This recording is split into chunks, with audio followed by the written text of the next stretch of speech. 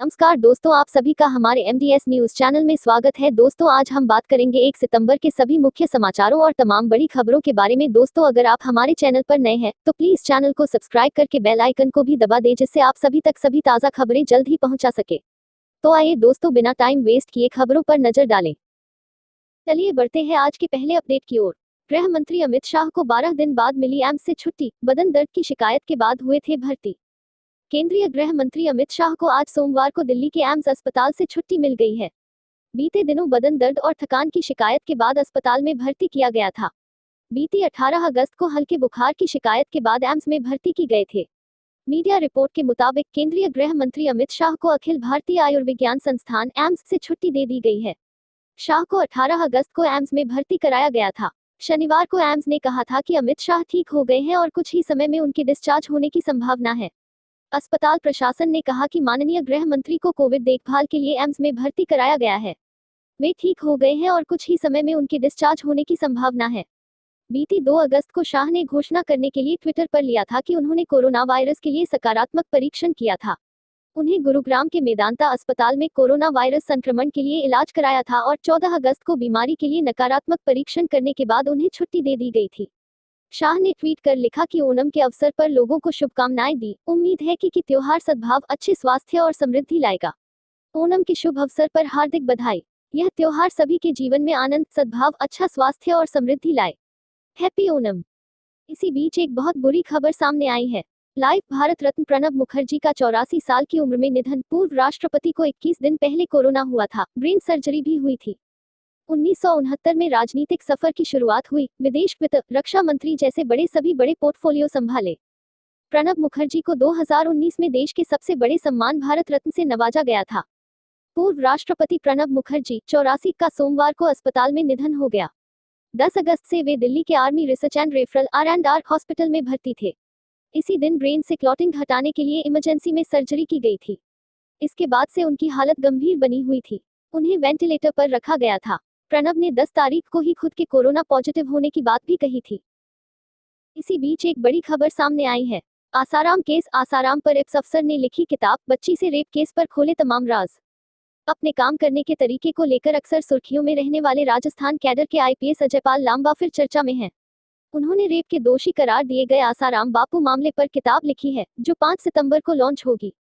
Gunning for the God man नाम से लिखी किताब में अजयपाल लांबा ने आसाराम की गिरफ्तारी के दौरान की भागम भाग, मीडिया को चकमा देने के लिए रची गई कहानियां और आसाराम के गुनाह कबूलने वाला बयान का भी पूरा जिक्र किया गया है, जिसमें आसाराम कह रहा है कि उसने गलती कर दी।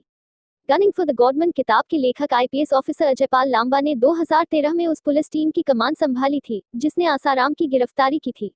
अरविंद माथुर इस किताब के सह लेखक। हॉपर कोलिंस ने इस किताब को प्रकाशित किया है। अंग्रेजी वेबसाइट इंडियन एक्सप्रेस ने इस किताब के दिलचस्प किस्सों पर रिपोर्ट प्रकाशित की है। चलिए बढ़ते हैं अगले अपडेट की ओर। रुपी ओपन टुडे द 31 अगस्त 2020। अमेरिकी डॉलर के मुकाबले भारतीय रुपये में तेजी जारी। 13 पैसे बढ़कर खुला भाव। हफ्ते के पहले कारोबारी दिन सोमवार को शुरुआती कारोबार में अमेरिकी डॉलर के मुकाबले भारतीय रुपये में कमजोरी के साथ कारोबार होते हुए देखा जा रहा है। सोमवार 31 अगस्त 2020 को शुरुआती कारोबार में अमेरिकी डॉलर के मुकाबले रुपया 13 पैसे की मजबूती के साथ 73.25 प्रति डॉलर के भाव पर खुला है। बीते सत्र में अमेरिकी डॉलर के मुकाबले रुपया 73.38 प्रति डॉलर के स्तर पर बंद हुआ था। रुपये पर एक्सपर्ट का नजरिया। Angel broking deputy vice president energy एवं करेंसी अनुज गुप्ता के मुताबिक इंट्राडे में रुपया अगस्त वायदा में 73.70 के भाव पर बिकवाली करके 73.20 का लक्ष्य हासिल कर सकते हैं। रुपये के इस सौदे के लिए 74.10 का स्टॉप लॉस लगाना चाहिए। मोतीलाल ओसवाल के assistant vice president commodity and currency Amit Sajeja के मुताबिक आज के कारोबार में रुपये में 73.30 के लक्ष्य के लिए 73.75 के भाव पर बिकवाली की जा सकती है। इस कॉन्ट्रैक्ट के लिए 73.95 का स्टॉप लॉस लगाया जा सकता है। आज के कारोबार में स्पॉट रुपये में 73.10 - 73.50 के दायरे में कारोबार की संभावना है। पृथ्वी फिनमार्ट प्राइवेट लिमिटेड के director commodity and currency Manoj Kumar Jain के मुताबिक डॉलर के मुकाबले रुपये में मजबूती बनी रहने की संभावना है। इसी बीच कोरोना से एक और बड़ी मौत। Godmother of cardiology doctor S I Padmavati नहीं रही। कोविड-19 के कारण गई जान। कोरोना काल में भारत ने कई दिग्गज खोए हैं, उनमें अब एक और नाम जुड़ गया है। भारत की पहली महिला कार्डियोलॉजिस्ट, हृदय रोग विशेषज्ञ डॉक्टर एसआई पद्मावती का 103 साल की उम्र में कोविड-19 के कारण निधन हो गया। पद्मावती को नेशनल हार्ट इंस्टीट्यूट NHI में 11 दिन पहले भर्ती कराया गया था। अस्पताल के CEO डॉक्टर OP यादव ने कहा कि डॉक्टर पद्मावती के दोनों फेफड़ों में गंभीर संक्रमण हो गया था, जिसके कारण उनकी मौत हो गई। डॉक्टर पद्मावती का अंतिम संस्कार पश्चिमी दिल्ली वेस्ट दिल्ली के पंजाबी बाग शमशान घाट में किया गया। महान हृदय रोग विशेषज्ञ ने अपने आखिरी दिनों तक एक सक्रिय और स्वस्थ जीवन जिया।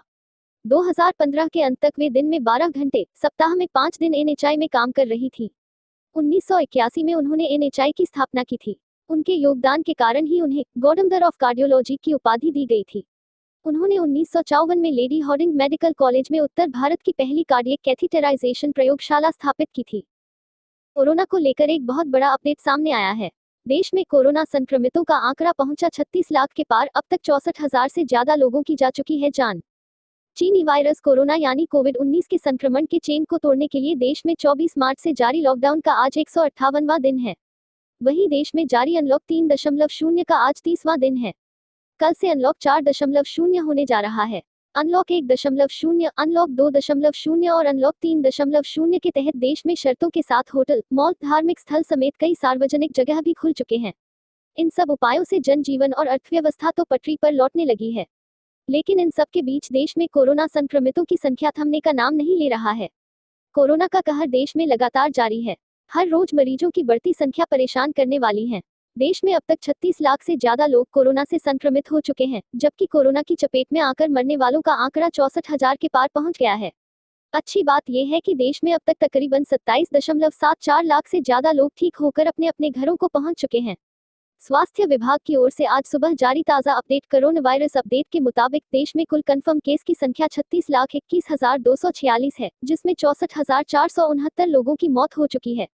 देश में फिलहाल 7,81,975 एक्टिव केस हैं। वहीं ठीक होने वालों का आंकड़ा बढ़कर 27,74,802 हो गया है। पिछले 24 घंटे में देश में कोरोना संक्रमितों की संख्या में 78,512 की बढ़ोतरी हुई है, जबकि 971 लोगों की मौतें हुई। इससे पहले रविवार को देश में कोरोना संक्रमितों की संख्या में 78,761 की बढ़ोतरी हुई थी, जबकि 948 लोगों की मौतें हुई थी। शनिवार को देश में कोरोना संक्रमितों की संख्या में 76,472 की बढ़ोतरी हुई थी, जबकि 1,021 लोगों की मौतें हुई थी। शुक्रवार को देश में कोरोना संक्रमितों की संख्या में 77,266 की बढ़ोतरी हुई थी, जबकि 1,057 लोगों की मौतें हुई थी।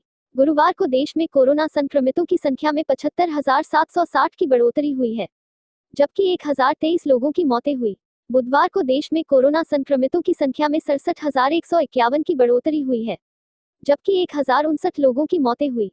मंगलवार को देश में कोरोना संक्रमितों की संख्या में 60,975 की बढ़ोतरी हुई है, जबकि 848 लोगों की मौतें हुई। चलिए दोस्तों, आज के लिए बस इतना ही। अब कल मिलेंगे देश भर की तमाम बड़ी व छोटी खबरों के साथ। दोस्तों, अगर आप हमारे चैनल पर नए हैं तो प्लीज चैनल को सब्सक्राइब करके बेल आइकन को भी दबा दें और रोजाना ऐसी वीडियोस को लाइक कर शेयर करना ना भूलें। धन्यवाद।